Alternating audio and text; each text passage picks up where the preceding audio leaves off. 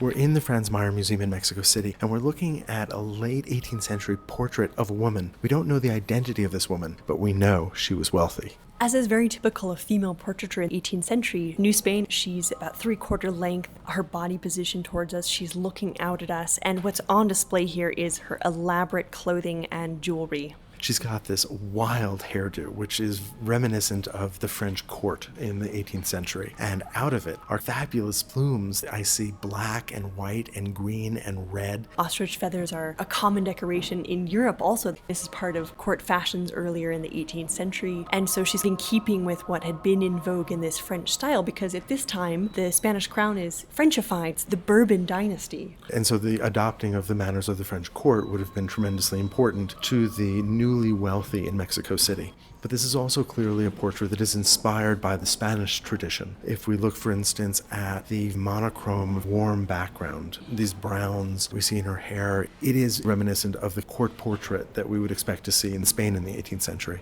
Earlier portraits from even the 16th and 17th century are used as models for portraits as they develop over time.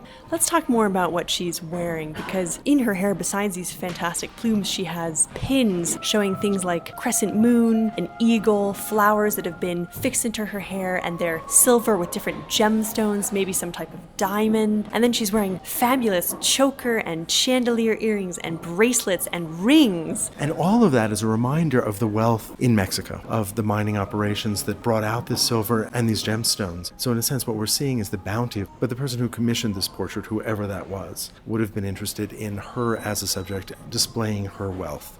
And you can clearly see that in the costume too. And she's wearing this elaborate white dress with red and blue ribbons that have been woven into lace elements. And she's got these wonderful sleeves. The lace is just spectacular. We can feel the stiffness from the way in which it's constructed that lifts off her body and reveals her skin, but at some distance, so that there really is a depth that's created here. She's holding a fan in her right hand, a symbol of court, and when closed, it was the sign of a chaste, usually married woman.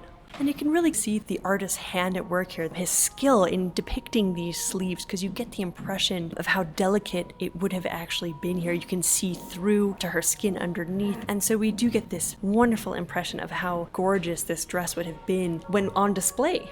It's interesting also to note that she wears a pocket watch, and it's a small watch, which would have meant that it was expensive. So it is a sign of her modernity. The watch would have also been a sign of her wealth. In addition to lace, her dress is made of silk, and we can see it has these delicate roses and other floral elements with blue bands. But notice that we've spent all of our time talking about her hair, her ornament, her dress, and we haven't spoken about her face. And I think that's telling. Her face is in the center of the canvas, it's present, she's looking directly out at us. But in a sense, the display of her wealth is what's most important, although this is also clearly a likeness, though her likeness is idealized. We also have the relationship to Asia with the lace sleeves and perhaps even some of the silk. We're really getting the sense of the global economy with New Spain at its center. So all of these subtle signals representing her social status, her chasteness, the scope of the Spanish Empire, all of this is represented in this marvelous, although anonymous portrait.